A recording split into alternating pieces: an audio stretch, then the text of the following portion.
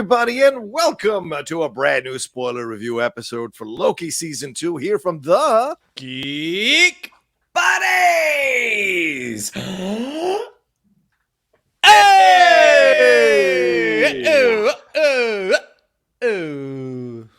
We've all fallen through our time doors, and we are here ready to jump into episode 2 here called Breaking Bad, or shall I say Breaking Brad? See what I did there? We're going to talk about everything that happened in this episode, break it on down. I thought you'd appreciate that one, Shannon, and get into all the story beats, the character stuff that was going on here, some of the Easter eggs, and also what this is all leading to here as we go into season 2. And this is a fascinating time right now, gentlemen, because of all the news with Marvel TV and them making their decisions that they've been making about it. And here comes Loki season 2, looking like exactly what they were talking about: serialized television, multi-season television, storylines that are carrying over from the first season into the second season. So there's a lot to dive into here in this episode. But first, let's introduce ourselves. I am the Outlaw John Rocha, writer, producer, and host here on the Geek Buddies. I am Michael Vogel. I'm a writer and producer of animated TV shows and movies. And this is Shannon McClung. I'm an animation writer and a television actor. And, last week I had my Ferris Bueller day off. I'm feeling great. I'm feeling recharged. I went on Rise of the Resistance. I gallivanted around Disney. You guys, it was great. Just great. Of course, Shannon shoving the knife in a little bit after some of the crap he was given to by somebody on this panel. I'm not going to name any names for missing the show last week, for sure. I listen to the show.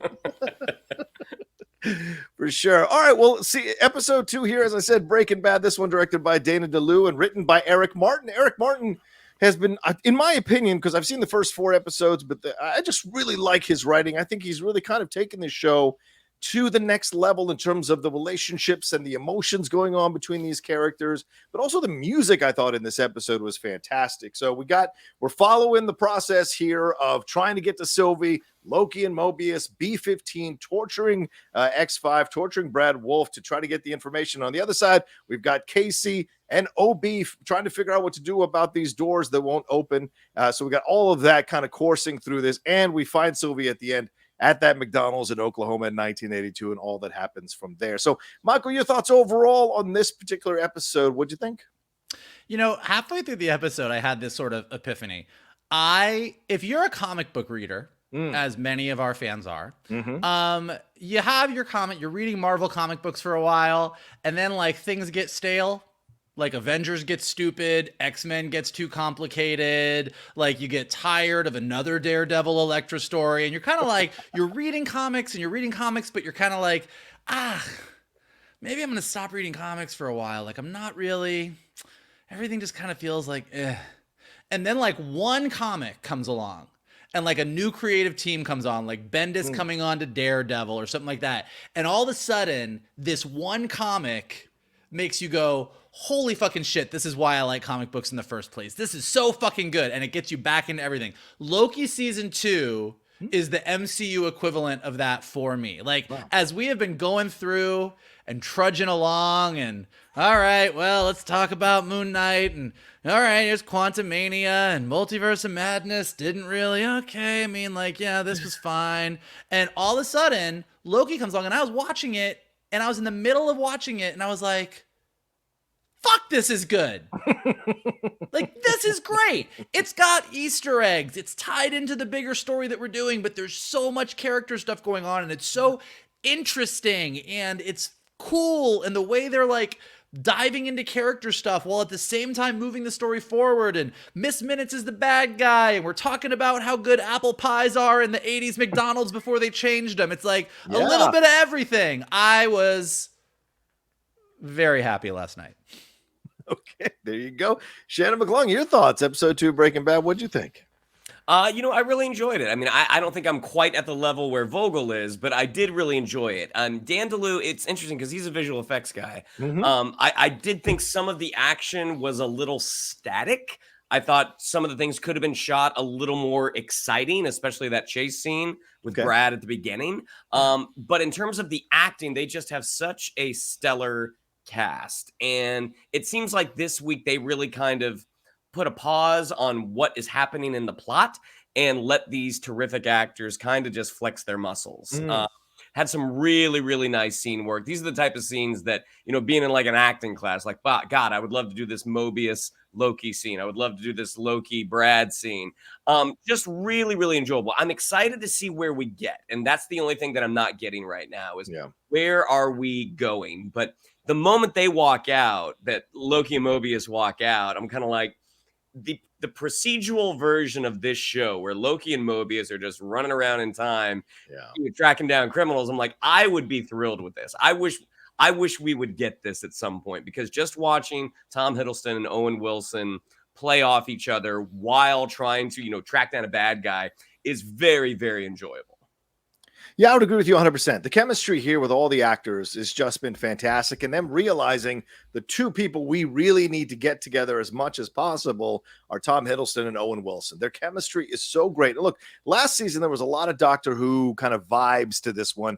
And this season feels much more Doctor Who as well, in that you've got the Doctor, who is essentially Loki, and you've got his companion, which is essentially Mobius, and their interactions as they encounter all the things that they're encountering, questioning each other in certain situations. One loses control, the other has to pull them back. So you're seeing all of that play out, and it's really fun to watch. Plus, I like the set designs that they've done with everything. Like, TVA is so distinct in how it looks. And then when we go to London, I love the look of London here in 1977, the 1982 McDonald's. Michael, you nailed it. I mean, this idea of who would have thought, oh my God, apple pies. That's right. For those of us who lived through the greatness of apple pies at McDonald's, it's remembering the flaky crust of that apple pie. You understand, right?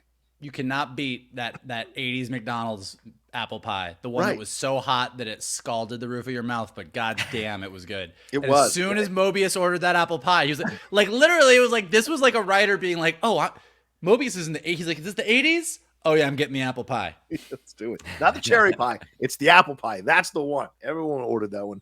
It's fantastic. But also, I love that we're bringing Casey and Obi kind of together here. It makes us so much sense. Two tech nerds, two tech guys, two distinctly different personalities, but they seem to work here. So maybe a mini version of Loki and Mobius on another section of the show. So I'm liking that we're getting that. And of course, what B15 is doing as well, which I imagine her role is going to grow here as the show goes along. But all right, we're going to break this thing down here. We're going to go section by section, 3 sections of the show, break it down, have fun conversations about it. So strap in. Here we go. We opened in 1977 in London in the UK. You know what else came out in 1977? Star Wars.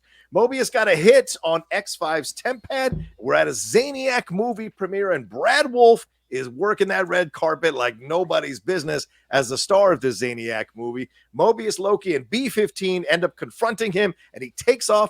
Loki catches him, but X5 uses his Tempad to zap into an alley where he's confronted by some British punk people. It's 1977. It would totally happen. Brad fights back, and we see that these are all Loki's illusions. Loki then replicates himself, and his shadows hold Brad against the wall with that really scary moment of seeing the crown grow in his head with the horns there. And we head back to the TVA. B15 questions Brad on Sylvie's whereabouts. He is messed with the Tempad, and Obi takes a look at it. He's working on a retrofit device to handle all the branches. He hands Mobius the TVA guidebook to decipher the Tempad.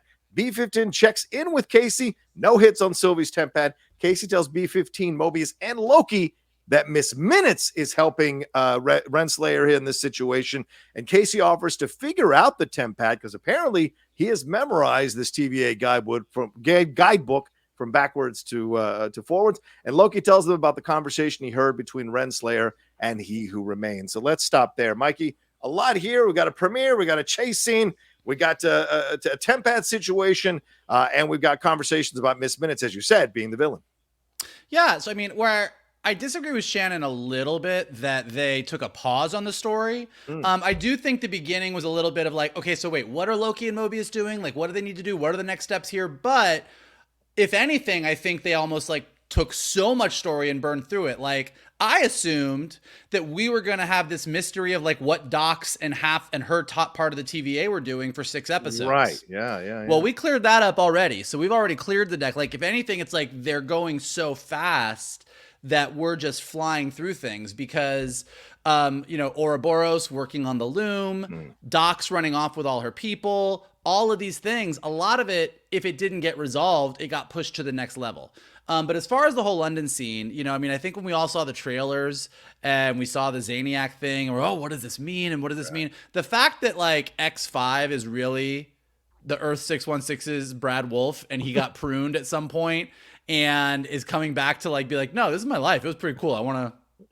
This is my life. I'm gonna live my life. I think is just so great and interesting and made for such a fun opening. I mean, this was one of those openings where it was like, look, they could have, the purpose of this opening is we needed to get X5 back to the TVA and find out where Sylvie was. Right. The dressing of, oh, what if X5 was Brad Wolfe? What if we brought a Zaniac Easter egg into here? What if we like do this whole London chase scene at the beginning and do all this cool stuff was great. Yeah. And I do agree with Shannon, like watching Mobius and Loki work together as a team to do anything is great. Mobius kind of Owen Wilsoning his way through everything. Oh yeah, you know, I'll take a whiskey, you'll get a drink. And then Loki being like, is he running yet? Oh yeah, he's running. No, we gotta go. Like just like the vibe, the chemistry between them is so good. Yeah. The reveal when he gets into the alley and all those guys are kind of like, you know, giving him shit, and the reveal that those are all of Loki's illusions. Like Loki for most of season 1 was robbed of his ability to be fully Loki. Right. So getting this moment in the second episode where we're like, oh yeah, this is the guy from the movie. This is the guy from the Faces of Marvel that I liked, doing what I liked him doing. Like he, you know, you got his illusions, you got multiple Lokis. The whole thing with the shadows pulling him into the wall was great. It was just high on style in all the right ways. Like it was just a whole lot of fun.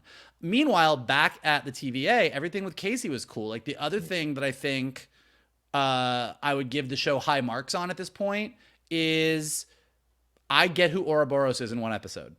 They've given Casey in the past 2 episodes, they've jumped his character up, as you said, to a whole other level. Like, okay, Casey is a little socially awkward, but he's almost as smart as Ouroboros is. He's the one who memorized the book. He gets how to do the things that need to get done on the tech side. Got it.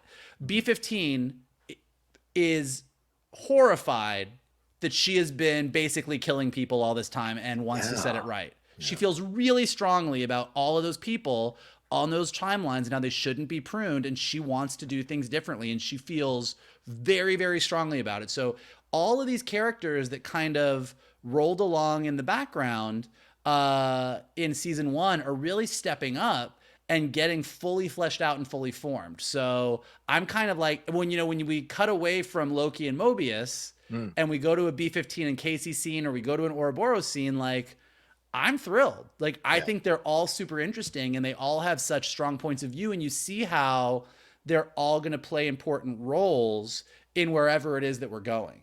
And that, I think, and again, this kind of, to Shannon's point about where are we going, again, it's almost like we have too many things. Like, they want to find Sylvie and find out what happened after Loki got kicked out of He Who Remains Castle. But Renslayer's out there somewhere, and they're having trouble figuring out where she went. And they know Miss Minutes is kind of doing something. And meanwhile, Miss Minutes isn't doing anything around the TVA. And we have a giant loom that's getting stuffed with time stuff that's going to potentially blow everything up. So there's actually, and Docs is over here doing whatever. And then we got to figure out what X5 knows about Sylvie. So if anything, it's almost like there's too much story. And it's like, okay, well, what am I focusing on? Because there's a lot of threads. It's like the sacred timeline. It's kind of like, okay, this is all interesting, but I have a feeling it feels like they're putting all these pieces on the board and that they're going to land them well. That's my guess. Yeah, hopefully connect them as we go along. Shannon, your thoughts here on this opening, on these opening scenes establishing Brad Wolfe here really powerfully, the great RAFAEL CASAL, who I think does a wonderful job here. It made me want to go see Blind Spotting. I've not watched that movie, and so I want to see him in that movie. What did you think about these opening scenes, the chase scene, as you mentioned earlier, and also where we end up, and this idea that Miss Minutes is now helping Renslayer and He Who Remains? I mean, to start off, the score from Natalie Holt is just fantastic. The groovy Loki theme that we get as they're kind of walking around the red carpet, I'm like, that's awesome. Like, that's the type of theme I want to hear at Avengers Campus at Disneyland, you know, where I was last week. Just a lot of fun. Like I love a good recognizable theme, and Loki's theme is unmistakable. As soon as X5 gets out and we find out, okay, he's Brad Wolfe, watching him work the red carpet, talk to the reporter, he's got that stupid scarf on, he's got his stupid 70s hair. Like, he's such an easy guy to hate. Like, my note was literally Brad and his stupid hair. Watching the moment that Mobius and Loki confront him, and you see the, oh shit, I've been like, we can sort of figure out like, okay, there's been a little bit of time between the first episode and the second episode. Like he's gotten into a life, he's enjoying it. I did think it was really funny, the whole thing of he's running now, isn't he? Like, yep, he's running. Like, again, that's something I think Dan DeLue, being a newer director, I think that's something that could have been filmed. You could have maximized that for comedic effect, but we just didn't get it this time. Leading into the chase, I love when they lean into Loki's powers, which we don't get until the end. Great entrance by B-15 though. Like the moment that you hear, "Oh, Brad Wolfe, can I get your autograph?" and you see her there, and she's able to surprise him a little bit. The shadow effect was just chilling and eerie. Like, it's so much fun. And then we see that we've got the three Lokis, and when Owen Wilson comes up and says, "What, do you think that was a little too much?" Again, as I start to redirect things in my head, I'm like, oh, it should have been Loki. Loki should have been behind him. He should have come up behind him and said, like, no, I thought it was perfect. Watching how they talk about how Brad Wolfe is just this asshole. I mean, it's a character that I'm kind of like, I'm glad we're going to be seeing more and more of him. Yeah. Going over to the Casey side, the way that they keep bringing up this guidebook, I'm like, I really hope this could just be a fun comedic runner, or it could play into something further along the show. I'm like, I don't think it's an accident that they keep bringing up. Yeah. They keep bringing up this guidebook. But yeah, this was a very, very fun episode with some very fun, good actors having fun. Yeah. I think you're right about the guidebook, because I mean, I don't think they would have made it a bright orange cover unless they didn't want you to kind of be aware of this thing. So we'll see how that plays out down the road. But certainly, yeah, I thought it was a good beginning, because right off the bat, and this is essentially Tom Hiddleston's audition to play James Bond. That's all I was seeing in this opening scene, because even the way he walks down the alley after he first shoots Brad and says, "You still glad that we're here?" That kind of, it looked just like a Bond moment a little bit there. And I know he's not necessarily in consideration, but who knows? I think it was a smart move for them to play that angle just a little bit. But yeah, the whole chase scene here I thought was a lot of fun. The punk rockers in the 1970s, that makes so much sense to have that be something that felt believable in the moment. And then you realize, oh, it's the illusions, which you kind of appreciate. But, CASAL's back and forth playing this whole thing. Oh, hey, Loki. Hey, guys. Oh, yeah, let's hang out, blah, blah, blah. And then he rolls out. I think you might be right, Shannon. Maybe a shot where we see CASAL in the background, like taking off and everything like that. That would have been maybe a funnier shot to have in there. But then when we get to the TVA, I like that we've got more going on with Casey. I like that he feels like he's becoming a bigger part of the show, because Cordero is such a funny actor. And so to see him play this a little bit more, and he's really like, he's whispering to B-15, it's a secret mission, right? So just that kind of thing where he's socially awkward when he needs to be, and he's intelligent when he needs to be. And I like it. It's a good mix here that makes you like the character. And then his connection with OB, which we'll see in a little bit. I really like that as well, and what's going on there. But getting Miss Minutes now, being pretty much put on the table here as a villainous piece of this. We're going to get some more Tara Strong, I imagine, down the road here, and see what her part is going to be all this. But I really enjoyed this opening. Got me right in the right frame of mind. And CASAL coming back here as well, and being interrogated, which we'll get to in just a second. But just his instant disdain for the situation, his instant smartassery when he's saying, oh, when Loki's trying to give him shit about, oh, the collar gets a little tight, he goes, oh yeah, I'll make it looser for you next time. Yeah. So you see already, this is a guy who's very indignant about everything and is not wowed by a god from Asgard. He's going to do his own thing, and I like that. So all right, let's take a quick break and we'll jump into the next section of the show here right after this.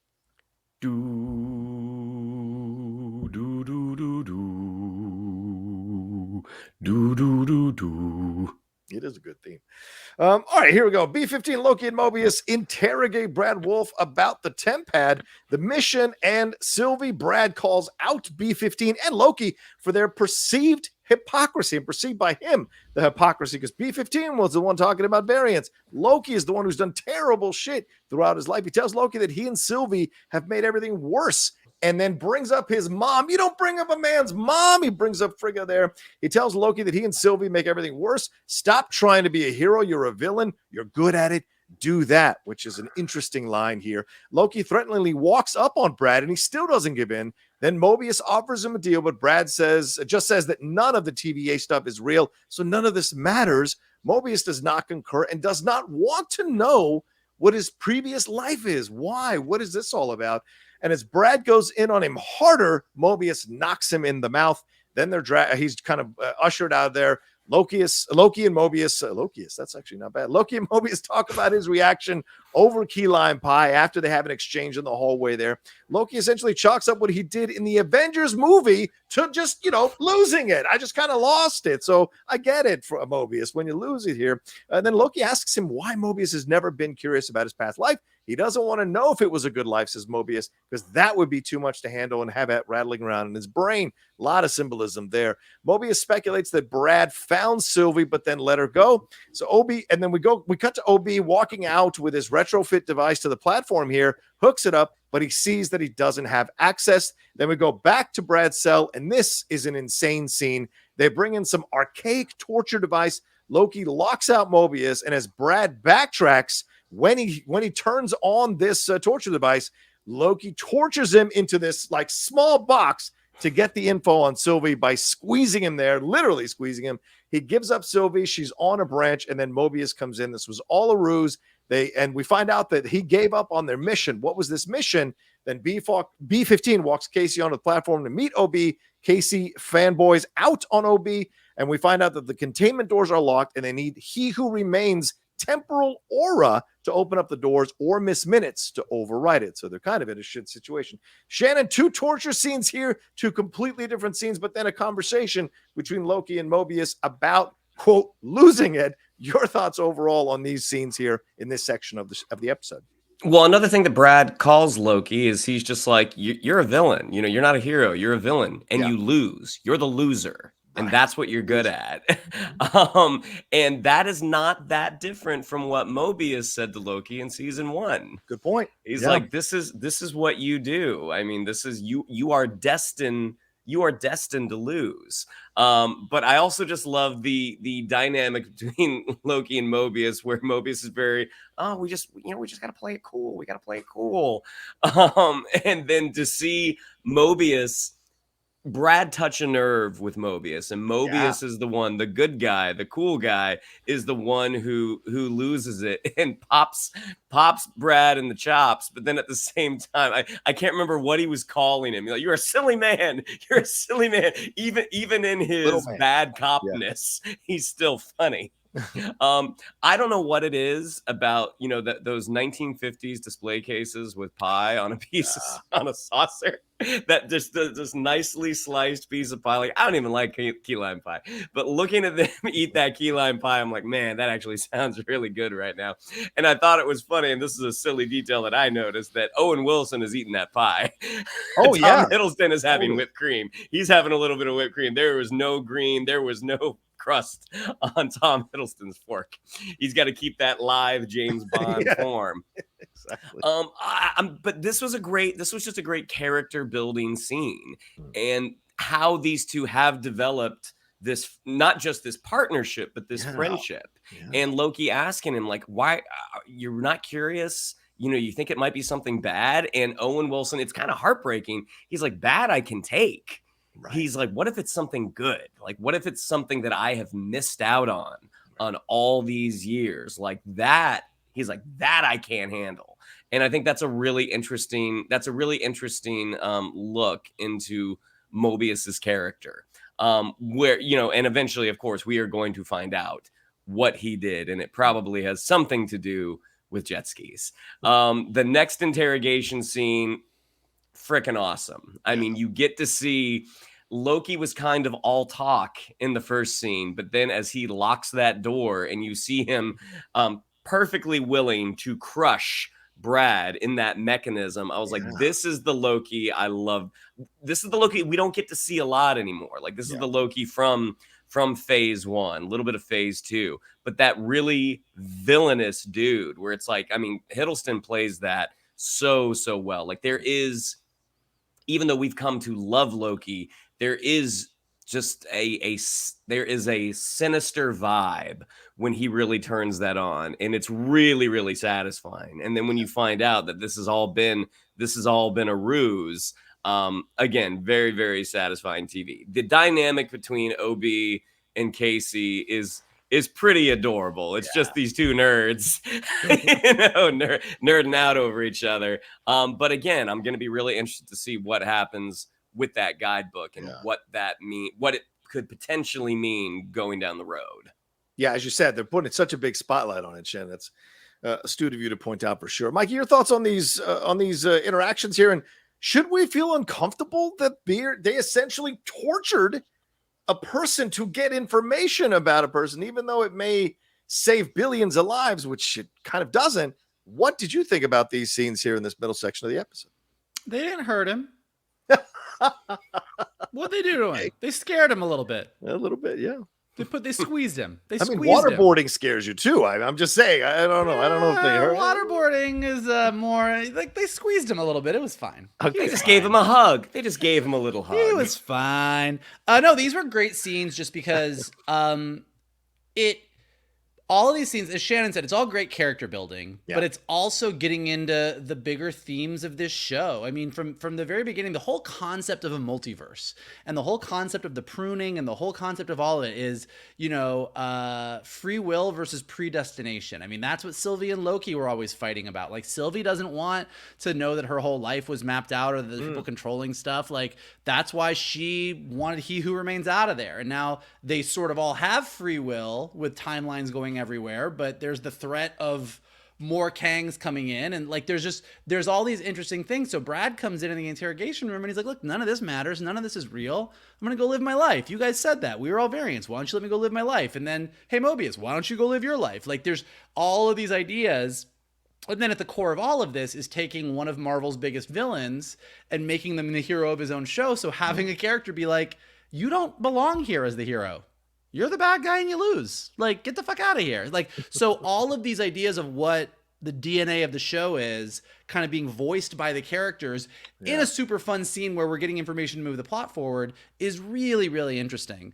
In addition to everything Shannon said, I just think seeing Loki in an interrogation scene, just calls back to Loki and Scarlett Johansson in the first Avengers movie where she was interrogating him, but like now he's on the other side of the glass. He's on the side of the heroes. So I thought that was really interesting.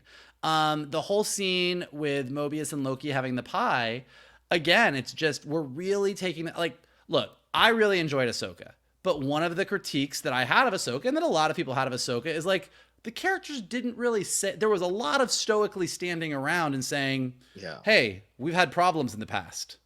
And then let's wait till episode 8 to find out what those problems were. Yeah. And here, it's episode 2. Like, for Mobius to be like, look, man, if my life is shitty, that's good. But if it's good, that's bad. Like, I don't want to know that my life out there is better than my life here, and I'm comfortable, and I'm scared. And we know that that's coming. Mm-hmm. And that Loki is like, hey, I listen, you lost it in there. I lost it, man. Remember the Avengers? I went a little cuckoo crazy. I invaded New York with aliens. It was rough, man. I get it. Like, just having the two people just have this nice extended scene talking about who they are, what they're worried about, what could have been, all these things. It's like, this is what makes you just love characters. Yeah. And they're really doing a great job making us fall in love with everybody. And then equally, like, watching OB and Casey fall in love with each other makes us fall in love with them, because Shannon's right. It's two nerds nerding out. I've seen a theory going around on Twitter and some other places that OB is literally just a variant of Data from Goonies that got pruned. And I'm like, you know what? I'm subscribing to it. That is now, when I watch this show, this is a Data variant and they pruned him off the timeline and put him in the TVA because he's just tinkering all day, building shit, and he's just generally in a good mood. Like the world could be the in multiverse could be ending, and he's kind of like, oh hey, nice to meet a fan. Oh yeah, how you doing? Like it is a Ke Huy Quan's performance is just A+ across the board. Like if he doesn't win a goddamn Emmy, I mean, I fucking love it. And then yes, this reveal that like Miss Minutes is the one that usually keeps like we knew at the end of last season when Miss Minutes showed up in Renslayer's office and said, hey, someone wants to talk to you. And then the fact that Miss Minutes was in the castle at the end of time with He Who Remains. Yeah. But now, like in these past 2 episodes, Miss Minutes basically was running the TVA. Seems like Miss Minutes was handling everything. So they've really will absolutely get more Tara Strong this season, but they've really turned Miss Minutes into a much more interesting character than I ever would have thought they could have. And the fact that a little orange animated clock that we're giving this much time to talking about her, you gotta give them credit. Like it's like so fucking comic book weird. And then yes, the scene with the final interrogation scene, pure Loki, just like Shannon said. Just getting to see Loki cut loose in a very Loki way as he just fucks with Brad. And you're like, you're 90% sure that this is like, yes, this is what he and Mobius have planned out. And this is all the thing. And it's a whole, but like, there's a couple moments in there where you're like, yeah, you mean you are Loki. Maybe you just squished this motherfucker. I don't know. So, it was all just great acting, great character work, great writing, and just sort of like kept upping the stakes for everything. Like it was just, this was the part where I was like, fuck man, I am enjoying the fuck out of this show. Yeah, I agree with both you guys. Yeah, just the conversations.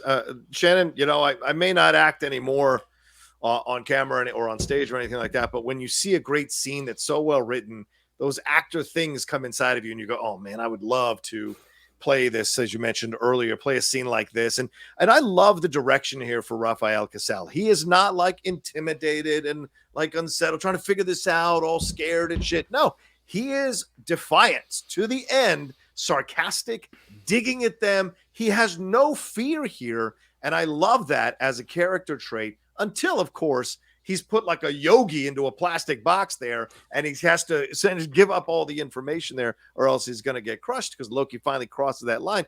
Because I also love that Brad Wolfe changes his mind as soon as Loki pulls out the controller. Hey, you know that stuff I said back there about your mom? I didn't really kind of mean that necessarily. So he got it, just the switches in the changes in who's on top and who's on the bottom, to use a Guffman quote there, is really fun to see in both of these torture scenes or inquiring scenes between them.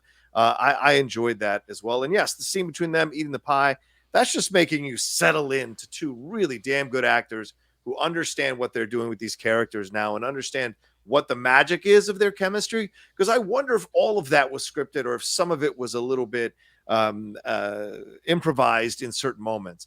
I'm not sure how I feel about Loki just kind of tossing away Avengers as something he just kind of lost it in. It seems a little bit retrofitting something so he doesn't seem so bad. But, you know, the show kind of it's kind of earned that moment for me, and it's not a big deal. But I did have a little bit of like, you did a little bit more than lose it, to be honest with you. But all right, fine. We'll let that go because he's trying to connect with his bud. But I love this storyline, this subplot here that Mobius does not want to know what his life was in the past. What is that all about? So I'm so curious to see how that's going to play out and how that's going to pay off for that character when we finally find out whatever it is that is keeping him from there. Because it is pretty simple to be like, well, I don't want to go back and see the life I was taken from if it was a great life, because then I'll feel terrible about it. Or if there's something back there that he instinctively is unsettled by that he doesn't want to confront, you know, and I like that mystery is there with all of that. And yeah, it definitely enjoyed OB and Casey getting together here. This is some great stuff, great interactions, and B-15 essentially having to shepherd two different couples, two different bromances happening in two separate sections of this show. I thought was hilarious and interesting situation for to be in as well. But can we talk about that real quick? How you were talking about with Loki being like, I just kind of lost it. Yeah, with Avengers. Yeah. So this version of Loki, like that was the last thing he did on his timeline. Was he gets taken capture. He tries this thing, it doesn't work. He gets taken capture, and he manages to escape. Think about what that guy has gone through. Like, he's literally seen the person that writes time. So in retrospect, at the time, like when he wanted to rule Earth, that seems quaint now with the guy that he has come up against, and knowing that guy, that there are far worse versions of him out there, and they're coming, they're coming to town. Yeah. Well, also that is true. That's a good point. But also, I don't think he was trying to minimize what he did. Like, Loki's a god. Like, he doesn't think like it's not like he was like, hey, it wasn't that bad. I just kind of lost it a little bit. Like, he was saying, hey man, sometimes you don't act rationally. Like, I was so jealous of my dad and my brother. I fucking attacked New York and I tried to kill Tony Stark. Like, it sounds like you're retrofitting it now using the way you're saying it.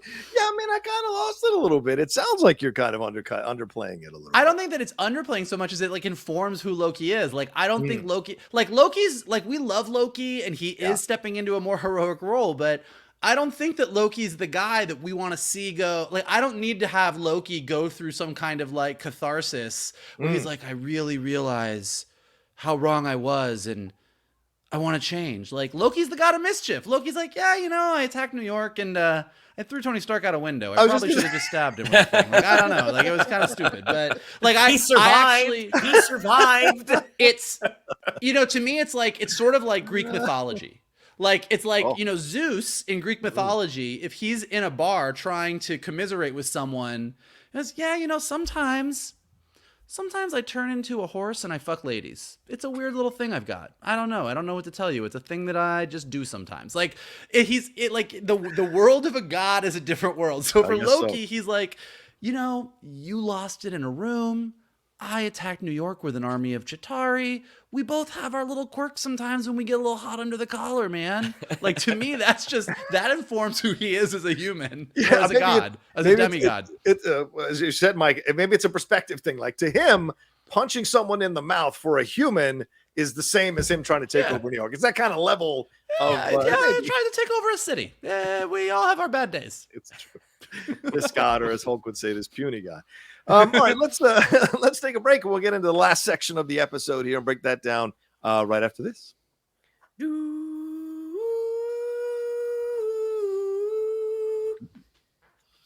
It's too high. It's too high. it's too high. My voice is still wrecked. What's that mean, too high? It's too high. All right, let's move on to the last section here. Oh, Major League, John. Yes, sir. Thank you, brother. Thank you for getting that. We end up in Broxton, Oklahoma in 1982 with the McDonalds from the last episode. Now, just to let you a little background here. In the Marvel Comics, Broxton became Asgard's new home following the events of Ragnarok, and they have a major role. The city has a major role in the Siege storyline, which puts Loki's villainous schemes front and center. It was also the beginning of a major redemptive arc for Loki in the current comics, so clearly mirroring what has happened before and currently in the comics they're using. I believe it's also where Lady Loki just first popped up. Oh, okay. Well, that makes sense, having Sylvie there even more.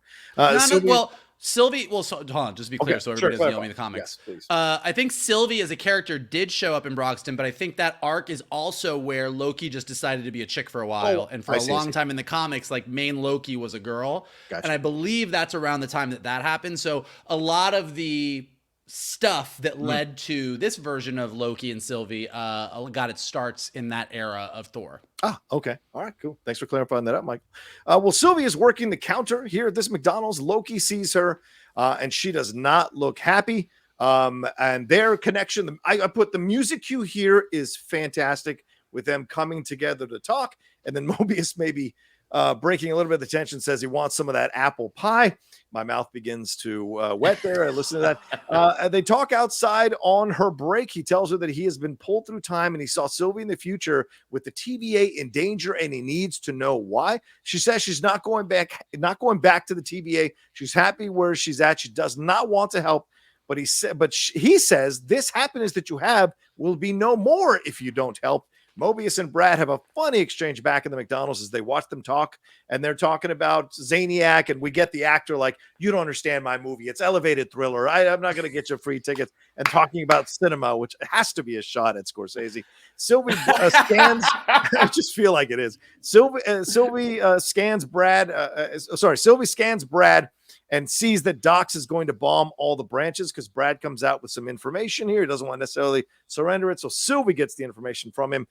Brad is shot back to the B-15 at the TVA. Loki, Mobius, and Sylvie show up where General Dox is, and they see that they are killing billions of people by going through these time doors and bombing all these strands from the main timeline. They attack them to stop the central control panel there. This is a truly unsettling scene. I put watching these people willfully killing billions because they think they're doing the right thing. Loki and Sylvie come together and blast all the people on the doors, but a few did escape, which we hear as a throwaway line. So there are still other members of General Dox's crew who managed to get away from all of this. They head back to the TVA with Sylvie to see all the dead branches that Dox has pruned. This is truly a heart-stopping moment. Casey gets a hit on Renslayer's temp pad there. Sylvie scolds Loki about this being the best they can do and says the problem is the TVA. It's broken. It's rotten. She takes off back through a time door to her McDonald's reality. She's sitting on her truck looking at the stars and has a pleasant exchange with Jack as she asks about his mom. She's picking it up, and then she turns on that amulet there, and we go to black. So, Michael, a lot here. We finally see Sylvie in the show fully. Of course, we saw her, just a glimpse of her last episode. This is a much more fuller time with her. We find out what's going on. She's in McDonald's. She's happy. She's away from all this shit. She doesn't want to see him. She confirms that he is the last person she wants to see, but he is trying to get her to understand what's going on here. And it leads to all of this stuff happening with General Dox. And we find out the bombing of these branches. And then at the end there, she's just looking at the stars, wondering what role she's going to play next in all of this. What are your thoughts on this final section of the show? I think what's great about it is so Sylvie's perspective is pretty clear. There was a guy at the end of time that was controlling everybody and didn't give them free will. She killed that guy. Yes. Everybody has free will now. End of story. I'm going to go live in McDonald's and live out my days. I have solved this problem. And then Loki comes in and, I saw you in the future and there's this thing and the TVA is in danger and you don't understand. But she doesn't really believe it. Loki, when He Who Remains was if you kill me, this is what's going to happen. Mm-hmm. Then he went back to the TVA and he saw some things that for him confirmed, what we know to be true. There's a bunch of Kangs coming and they're all worse than the guy that was at the end of time. Yeah. So his information that he has and the information that Sylvie has are not the same information. So he's like, hey, it's dangerous. It's this, it's bad. And she's like, no, it's not. It sounds like free will. People have free will. Get the fuck out of my face. And then when Brad shows up and is like, oh, no, wait, we got to get out of here. And she's like, hold on. And it's Dox to Sylvie. The problem is not that there's a council of Kangs coming. Yeah. The problem is a bunch of assholes in the TVA aren't letting the timeline be its thing. So whatever she's planning, she's in a very different space than Loki is. So the two of them are Loki's the TVA is the only thing that's going to prevent the bunch of Kangs coming. Sylvie's like, no, the TVA is fucked. And maybe I should do something to it. So you're setting the two of them up in a really, really interesting way. And additionally, even though you already said it, the Brad Mobius scene, oh my God, of them talking about his movie on both sides was Owen Wilson be like, no, man, I want to see it. I want to see it. It looks so good. Yeah. And he's like, I'm not getting you a pass. You have to buy a ticket. He's like, I'll buy a ticket. I'll do it. It was just perfect in the middle of this whole sort of debate about free will between two gods happening in the parking lot. These two assholes talking about the fucking Zaniac movie. That's what's making this show great. It really knows what it wants to talk about, but it's not afraid to take these really funny sort of subversively odd detours. And it's just the whole combination of it feels very unique and very fulfilling. I do think, and kind of, I'm sure I'll let Shannon speak to this more eloquently than I can, but I did think like the action sequence when they got to Docs and everybody, like it was cool. I enjoyed it, but it did feel a little bit, it got the job done. Oh yeah. It didn't blow me away. Like cool stuff, like pruning things, Loki throwing the thing and pruning the person as he goes, and then Sylvie and Loki using their powers together. Like all was cool, but it didn't. That sequence itself, like it was like I think part of it was just like they were running out of time. There wasn't a lot of time left in the episode, but it wasn't the set piece that it probably could have been. Yeah.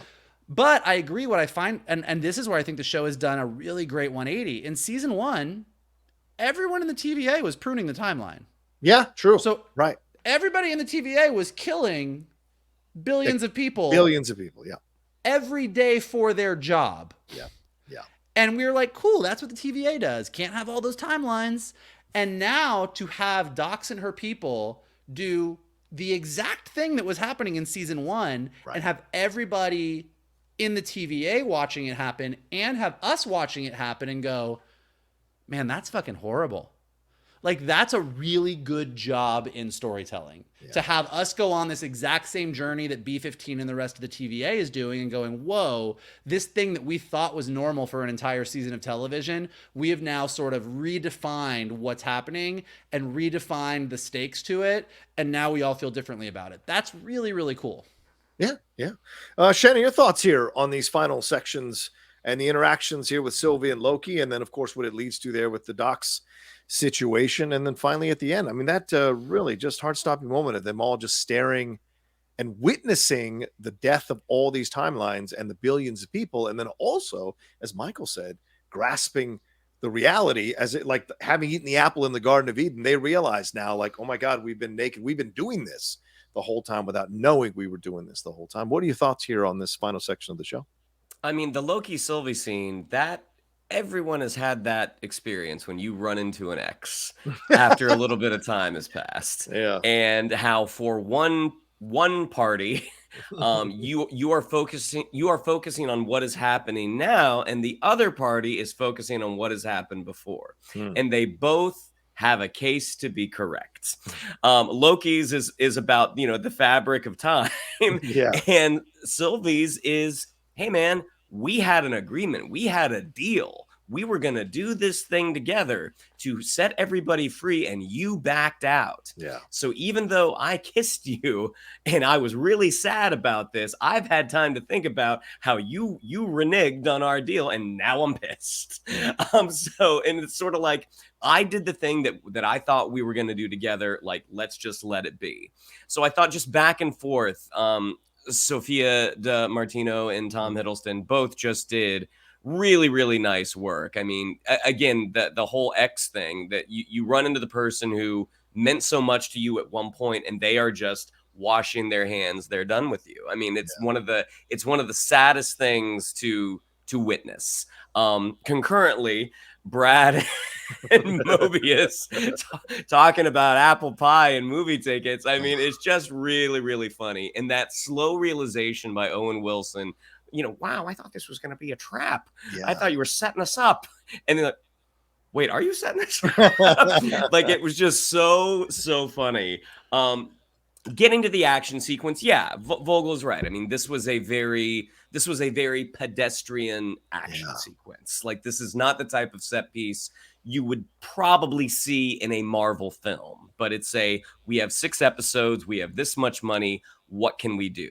It's cool watching him, throw the stick and, watching Sylvie cut guys down. The thing that was the most effective is when they decide to work together and they hold hands. Yeah. They combine their powers and literally zap everything, which is what they probably could have done at the beginning, but that's not something Sylvie probably wants to do. Like, no, I don't want to work with you.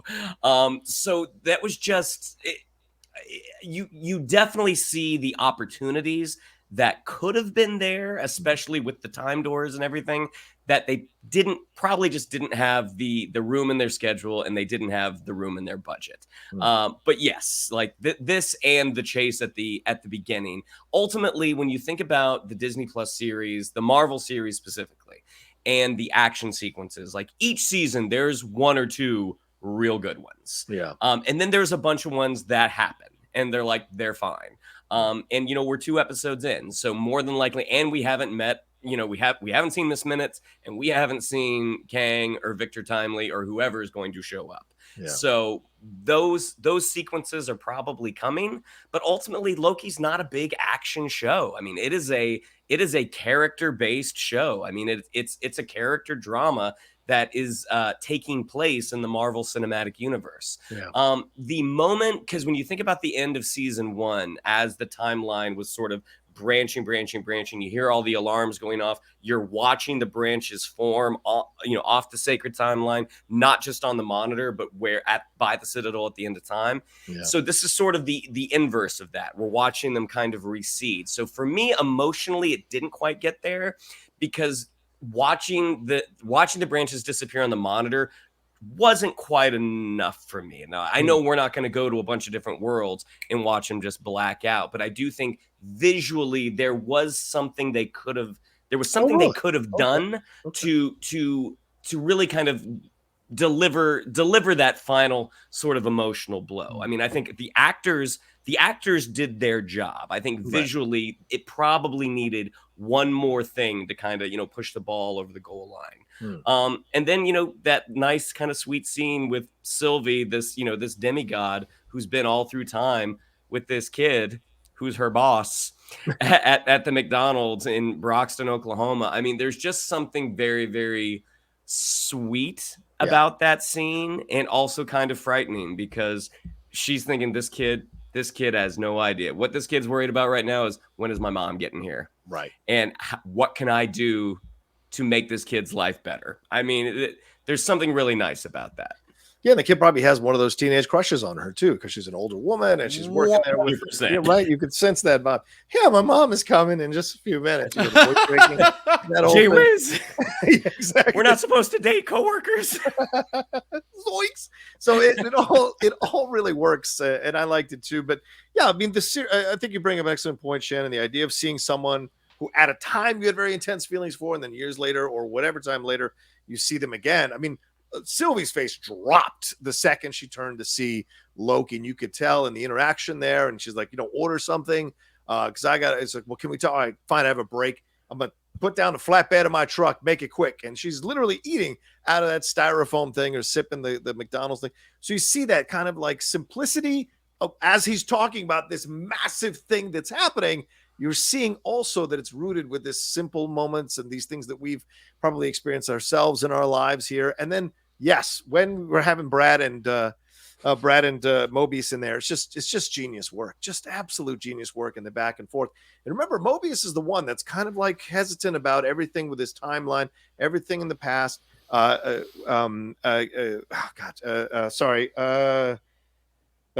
goes out of my head sometimes. Sorry, Rafael CASAL. Yeah. Brad Wolfe, he goes in on him and starts asking him all these questions about it. So we're going to find out, I imagine, at some point what the issue is here. But the idea of them having and remember, it was Mobius in the earlier scene, in the torture scene, who was having this back and forth with Brad Wolfe about this whole thing. So Brad is clearly like, there's something else here for you. What are you not seeing? And remember, it was Brad who found the Jet Ski magazine in the first episode as well, calling Mobius out about this. So I feel like he's a key to all of this at some point in some way here. But the end there with her and the amulet, what does that mean? Where is she going to go with this? Is she going to use it? Is she going to play a part in this? So we're left with a little bit of a mystery there. But I don't know what more they could have done, Shannon, because for me, that moment really worked. I got emotional seeing WUNMI MOSAKA's reaction to really grasping it, and then and Sylvie's reaction, just anger, just absolute anger. You guys messed it up. You guys screwed it up. There's something rotten at the core. And I couldn't help but think that it was a bit of a meta moment when we've had these changes with Marvel TV. And it almost could have fit as a Marvel executive saying, you ruined it. You ruined it all. It's just rotten at the core. You got to change it. You got to burn it down and start build something new all over again. So just kind of interesting moments for me meta-wise. looking at it all. I do want to toss in 2 quick Easter eggs for you guys. This is the first one that popped up there in London. That is, there it is. There's the Eternal there, Kingo. This is probably Kingo's Shannon's dad. favorite. Shannon's favorite. That's right. That is probably his dad there, or playing. Of course, it's him, but playing his dad, I guess, in essence there. And another one that I think is really interesting that popped up here. Thanks to Screen Rant for these. This one here is a reference to the phone Ranger, which is a very obscure Marvel character. The real name for him is A.G. Bell, which is, of course, in a riff on the inventor Alexander Graham Bell. And he was a telephone repairman who discovered alien tech, giving him access to all communication devices across the world. And he only appeared 3 times in the entirety of Marvel Comics in 1985, 2006, and 2019. So I thought you guys might get a kick out of seeing those. The phone Ranger. 3 times too many. 3 times too many. There's no Condiment Man. I know it's DC, but then who is? All right, well, there you go. That's our spoiler review here. Any final words, gentlemen, as we wrap up, or shall we just get on out of here? I mean, look, like as we were saying, I mean, like an action sequence here could be stronger. This moment might have been better, but all in all, I think they're really killing it with this show. I think this is again, like we'll see where the whole 6 episodes go. I don't know if this is the show that writes the ship for Marvel, but I will say this show is giving me an excitement about what's going on in the Marvel universe that I haven't had in quite some time. Well, that's great. Shannon, any final words from you? Yeah, I agree. I mean, at a time when we're sort of craving the days of Marvel's past, I mean, the strongest advocate right now is Loki. I mean, this is a guy who was in all three phases, played a significant role, and there is something poetic if this is the show that writes the ship. Big if, but if this is the one that does it, the fact that Loki was the one who fixed everything is pretty funny.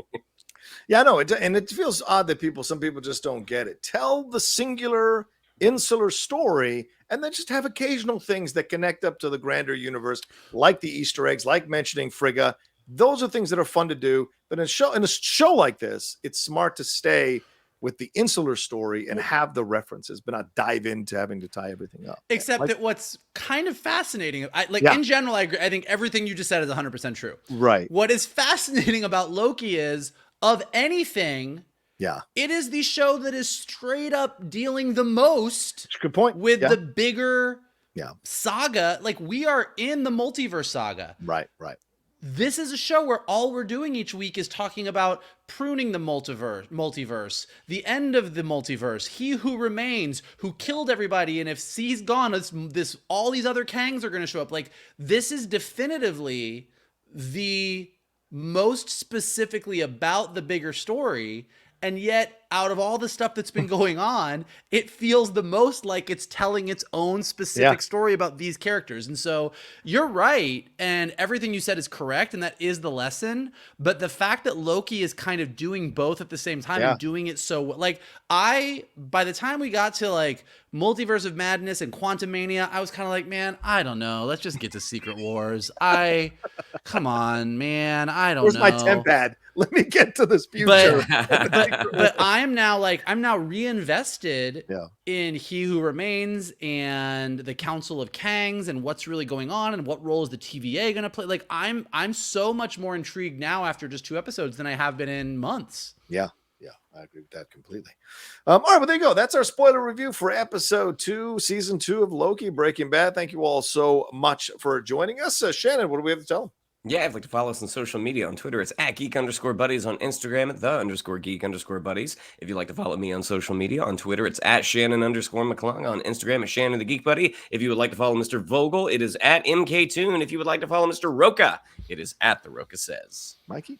Well, if you like geeking out as much as you like classic McDonald's apple pie, then this is the place for you. And here is what you can do to help us keep doing what we do. Smash that like button below, subscribe to Johnny's Outlaw Nation page, check out all the amazing content there. Leave your comments below. What do you think of Loki season 2 so far? What do you love? What do you hate? Where do you think things are going? What's going to happen to the TVA? Let us know what you think below. If you're listening to us on a podcast, go ahead and leave us some stars and some comments so we go up in the rankings and more people can find us. And as always, the best thing that you guys can do is retweet this video, post it on your socials, send it to your friends, and tell them to hang out with your buddies, the Geek Buddies. There you go. And of course, don't forget about our main show coming up sometime this weekend. We appreciate you all madly hanging out with us for this spoiler review, and we'll be doing each one of these episodes going forward here on the Geek Buddies.